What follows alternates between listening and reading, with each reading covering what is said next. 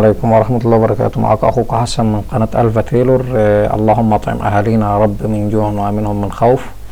ما ننساهمش يا جماعة، دايما نفتكر ومقاطعين للأبد إن شاء الله. النهاردة بإذن الله هننفذ مع بعض الباترون بتاع البلوزة دي، في حد طلبه مننا، وفي مفاجأة كمان إن احنا إن شاء الله هنشتغل الشغل بتاعنا من هنا ورايح على برنامج جيربر. لو تفتكروا أيام أوبتيتكس اول حاجة عملتها عليه كانت الجلابية، وكنا لسه بنتعلم، فاحنا هنا لسه بنخبط على جيربر كده، يعني ادعوا لنا بالتوفيق. والبرنامج رائع جدا، اللي حابب يشتريه انا جايبه من عند اخ فاضل اسمه احمد، مهندس احمد الزك. اسيب لكم لينك القناة بتاعته تحت لو حد عايز يشتريه ولا حاجة. البرنامج ده مفيد جدا، 75% من المصانع في مصر هنا بتشتغل بيه، عشان كده انا اشتريته وركنت التاني على جنب لاني مش لاقي بيه شغل بصراحة. طيب عشان نبدأ نخش نعمل مستطيل نشتغل فيه، بنجيب القيمة. انا مش جاي اشرح البرنامج، انا لسه بتعلم على فكرة يعني. تمام. طيب انا عايز اعمل مستطيل كده طوله وعرضه بطول وعرض الربع بتاعي. انا هشتغل على ربع بس. تمام. هنشتغل النهارده على الربع بس. انا كنت كل مره بشتغل وش وظهر مع بعض، ظهر وصدر قصدي مع بعض. النهارده خلينا نجرب طريقه جديده ونشتغل على الربع. تمام. طيب انا نسيت اقول لحضراتكم المقاسات اللي انا شغال بيها النهارده. طبعا ما عنديش مقاسات، فانا بفترض المقاسات بتاعتي. انتوا عارفين ان انا بحب المقاسات دي. كتف 38، ده عرض الكتف بالرقبه.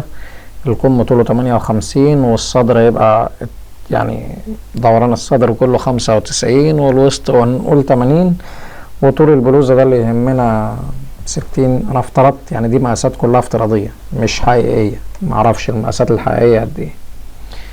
تمام.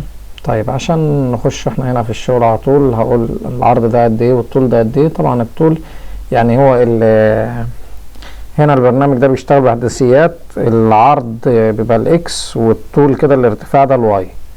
وطبعا لما نتحرك جهة الشمال بيبقى بالسالب، ولما نتحرك ناحية اليمين بيبقى بالموجب. فانا هنا هقول الطول بتاعي هيبقى ايه، 60. والعرض هنجيب الآلة الحاسبة كده مع بعض. طيب احنا قلنا دوران الصدر كله 95 سنتي اهم، 95. هنزود عليهم 8 سنتي براح، بس البلوزة ديت فيها اكتر من 8 سنتي. خلينا نبص عليها تاني كده مع بعض، فيها اكتر من 8 سنتي بكتير. اللي طلب مني البلوزة، اللي طلبتها مني، طلبتها من غير الكشكشة اللي في الكتف، مع ان الكشكشة اللي في الكتف هي البلوزة اصلا. يعني الكشكشة اللي فوق اللي هنا ديت هي دي البلوزة.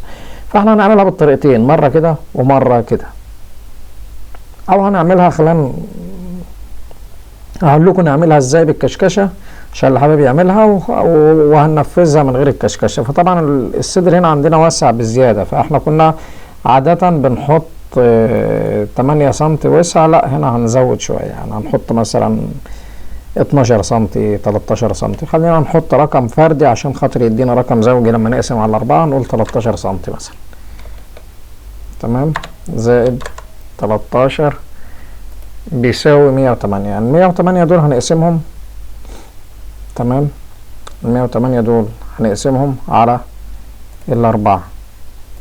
خلينا نبقى متفقين دايما ان الباترون عندنا بنشتغله من غير خياطات. يعني الباترون بنشتغله من غير خياطات، ده ينفع يتقص على القماش عادي، برضه ينفع يتقص على القماش عادي. هو طلع معانا 27، خليها 28 لان هو واسع، هو واسع. تمام. طيب طلعت معانا الايه، طلع معانا الشكل ده اهو، ده الربع بتاعنا اهو اللي هنشتغل عليه.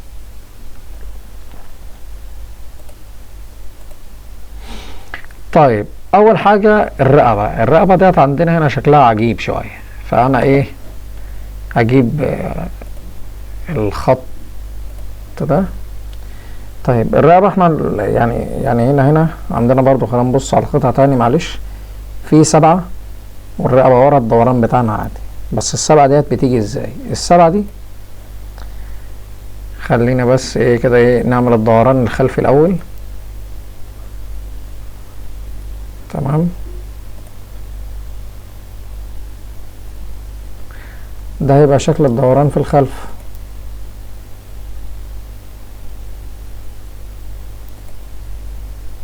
خلينا بس نكبر كده.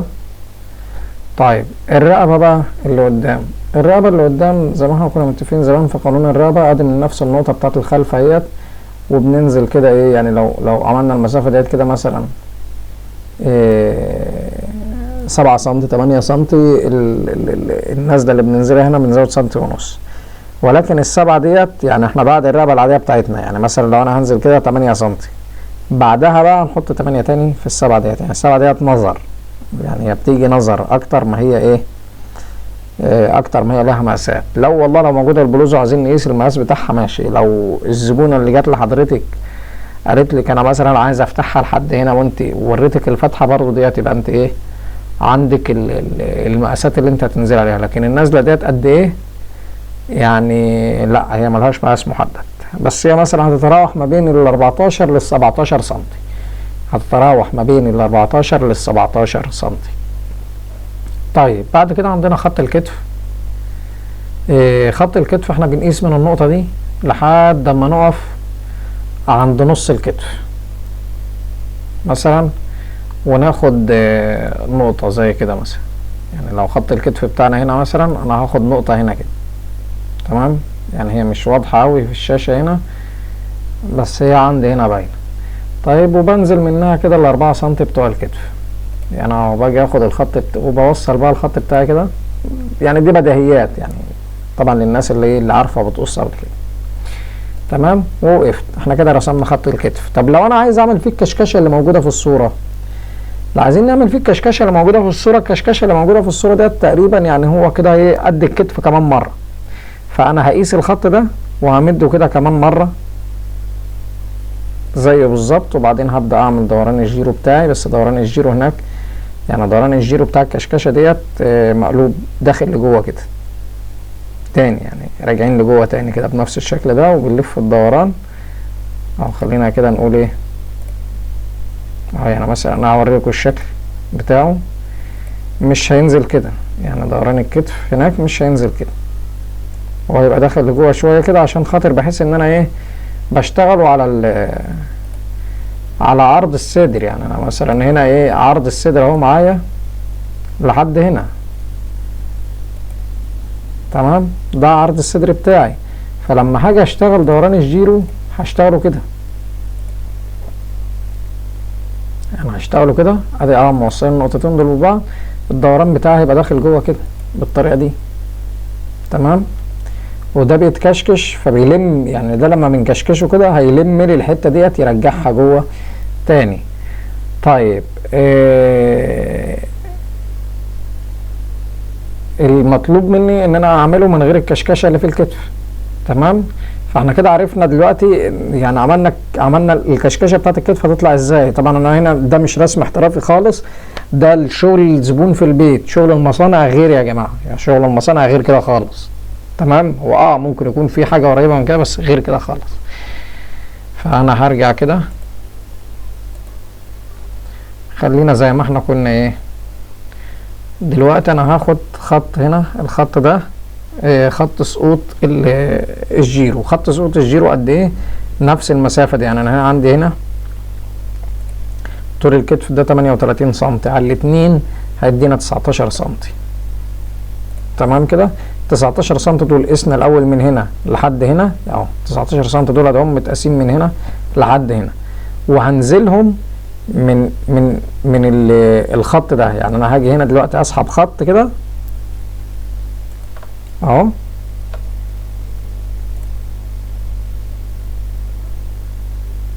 هاخد خط نازل من الكتف عمودي كده. شفتوا بقى البرنامج ده انا بحبه ليه؟ البرنامج ده اسهل من التاني بكتير، يعني انا بدوس بس مجرد ان انا ادوس شيفت هيديني خط عمودي كده، تمام؟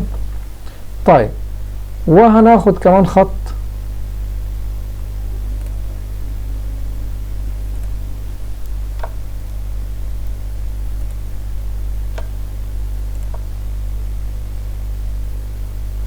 احنا كده رسمنا الحته بتاعت الايه دوران الصدر، الصدر عشان هنرسم عليه دوران الجيرو، تمام؟ والجيرو سهل خالص نوصل النقطتين دول ببعض، والمسطرة الكيرف بنميل الجيرو كده يبقى ايه داخل معانا من تحت من هنا كده ايه حركة سنتي ونص، 2 سنتي جوه الصدر من هنا عشان خاطر ما يعملش عبعبة تحت البطن. عايزين لحد كده الدنيا مفهومة تمام. طيب بعد كده عندنا الجزء اللي هو الايه اللي تحت، طول البلوزة زي ما قلنا، طول البلوزة. طيب انا عندي هنا في الصورة لو ناخد بالنا الكمر اللي تحت اخد الكيرف بتاع الوسط، اخد الكيرف بتاع الوسط تمام كده. طيب يعني هنتصرف فيه هنا ازاي؟ والكمر ده عريض، الكمر ده حوالي 15 سنتي، لو المقاس ده كبير الكمر ده حوالي 15 سنتي، لو المقاس صغير يعني برضه يتراوح حوالي 12 سنتي. ففي لازم ياخد معايا الجزء بتاع الكيرف اللي هنا ده. طيب انا عشان اجيب الكشكشه بتاعه الوسط، يبقى انا دلوقتي طول البلوزه مثلا هطرح منه الكشكشه بتاعه الوسط اهي، هطرح منه طول الكمر، وهروح اخد كده ايه ادي خط اهو،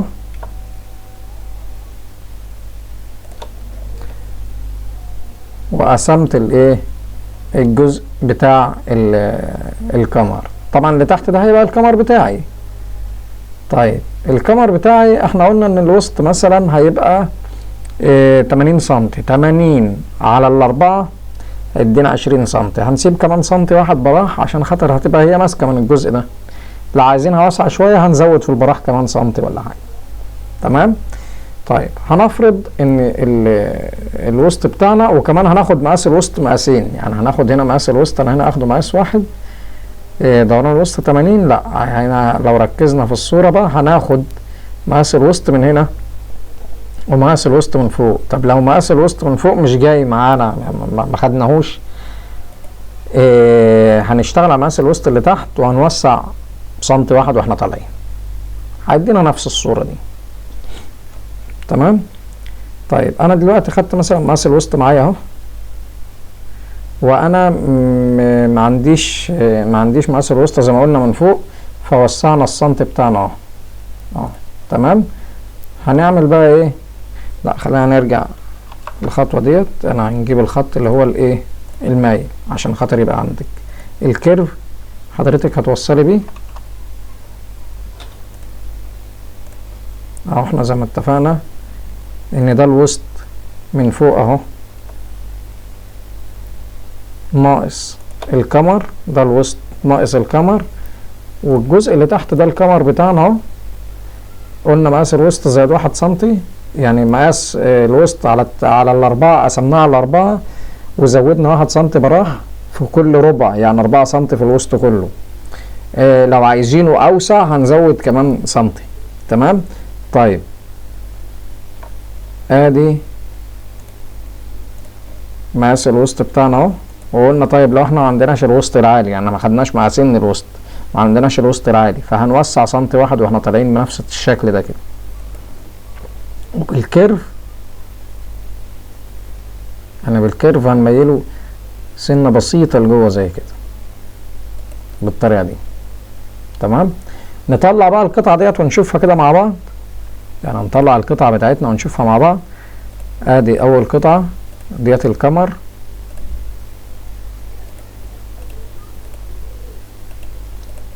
اهي، بس الكمر بتاعنا ده بقى يعني احنا هنعمل له ايه؟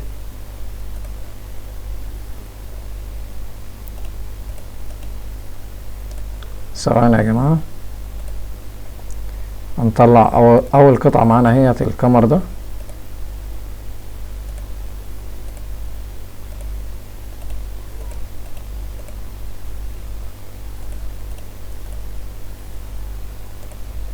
اهي تمام. بس الكمر ده كده هيبقى مقصوص على المتني.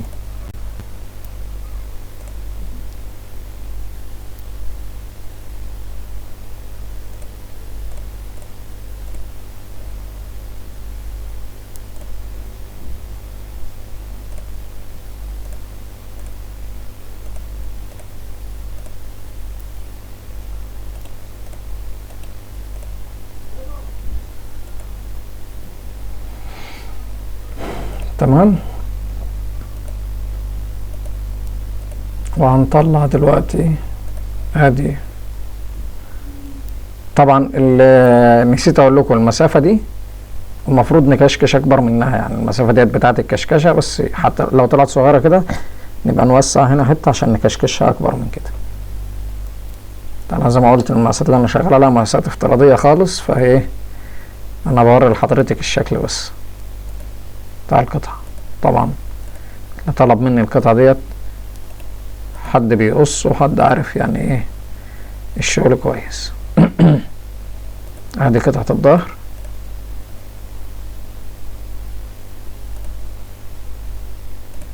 وادي القطعة بتاعت الصدر.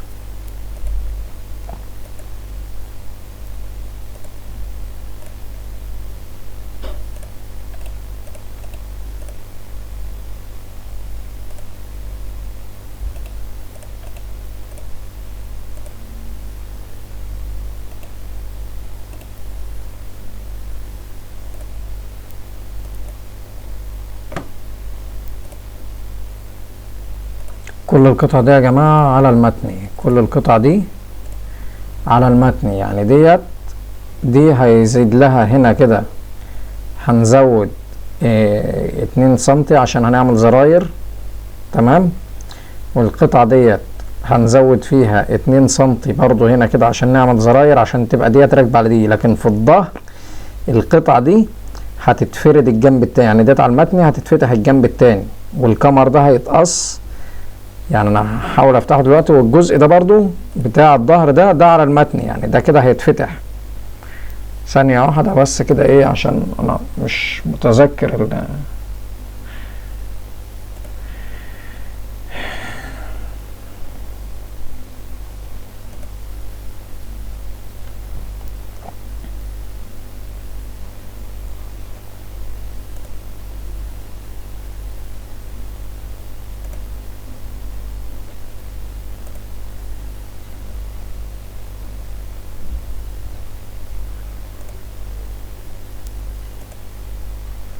طيب انا مش متذكر انا بفتح القطعة منين هنا يا جماعة، بس القطعة ديت هتتفتح، يعني ديت هتبقى ليها باقي تاني كده، ليها نفس الشكل الجنب التاني.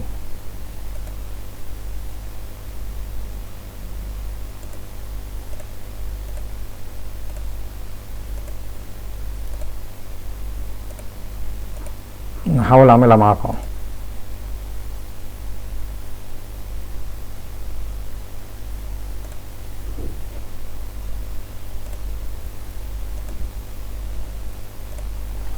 طيب هي مش جايه معايا، معلش لسه البرنامج انا جديد معاه شويه.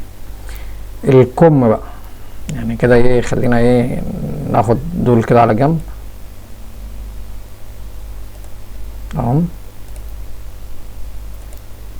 عشان بس الفيديو ما يبقاش طويل. خلينا هنا ايه نعمل قطع للكم بسرعه كده. خلينا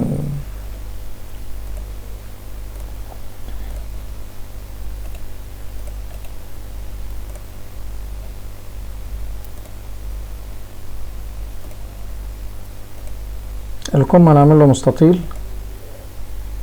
تمام. طوله طول الكم ده فيه كشكشه، الكشكشه ديت نازله تحت. تمام. طول المستطيل ده طول الكم،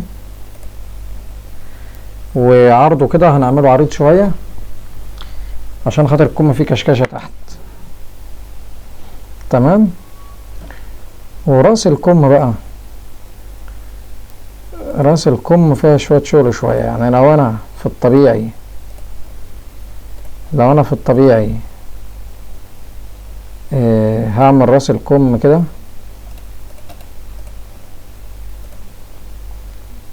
ادي الخط بتاع راس الكم اهو، مثلا بالطريقه دي. لا الكم بتاعنا ده انا هعمل راس الكم بتاعتي اهي، يعني هزود عليها كمان كده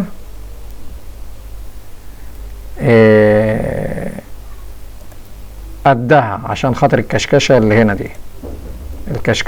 دي، تمام.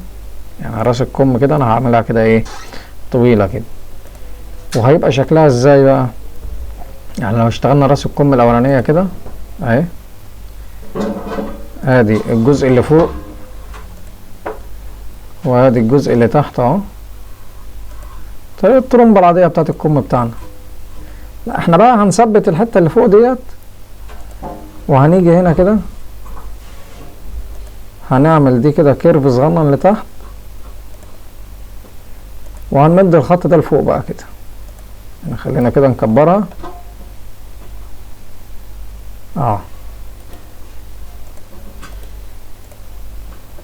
دي راس الكم، الترومبه بتاعت الكم العاديه بتاعتنا خالص. دي الترومبه بتاعت الكم بتاعنا ان احنا نزلنا من المسافه ديت قدها اهو عشان خاطر نكشكشها، وعملنا الجزء اللي ده عملناه مرايه تحت اهو. هنمد بقى الخط ده كده اهو عادل زي ما هو كده. صعبه دي يعني، ما اعتقدش ان فيها حاجه. طيب طول الكم احنا خدناه لحد هنا كده، والزياده ديت دي زياده في الطول، او خدوه بالظبط وما تعملوش حساب الاسوره، والحته ديت هتبقى مكانها مكان الاسوره. الكم هيتقص بنفس الطريقه دي كده اهو. خلينا اوريكم شكله طبعا على المتني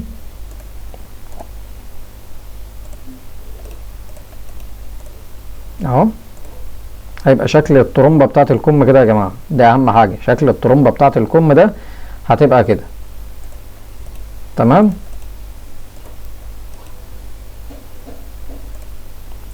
طيب الاسوره هي يعني مش محتاجه حاجه، بس خليني اجيبها لكم بطريقه سهله قوي. الاسوره ديت مش مفتوحه، الاسوره ديت بتبقى واسعه سنه والايد بتخش فيها على طول. طب بتتقص ازاي؟ هقص لكم ليه، اعملها لكم بطريقه سهله شويه اهو. ولنفرض ان عندنا ديت الاسوره بتاعتنا وده خط النص. يعني الاسوره، عرض الاسوره ده اللي هنا ده، لو ده كده 5 سنتي، لو العرض ده 5 سنتي يبقى انا هعمل المربع بتاعي ده كده 12 سنتي. ليه؟ هسيب سنتي خياطه من فوق وسنتي خياطه من تحت، والاسوره ديت هتتني نصين، يعني انا هاجي كده اخد خط من هنا كده من نص الاسوره اهو، دي كده هتطبق عليه نصين تمام. وهنيجي بقى من هنا كده اهو بنفس الخط ده بقى، بخش من اليمين نص سنتي واقفل على الزاويه دي، ومن نفس النقطه نص سنتي وبقفل على الزاويه دي، ونفس القصه في الجنب التاني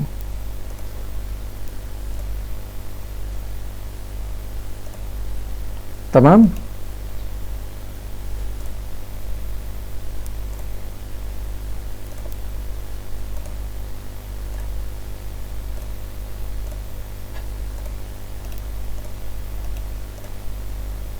وادي شكل الاسوره بتاعتي. طبعا المقاسات دي مش حقيقيه، المقاسات ديت مش حقيقيه، انا طالع اوريكم القطعه دي بنقصها ازاي بالمقاسات بتاعتكم تمام. الجزئين دول هيتطبقوا على بعض،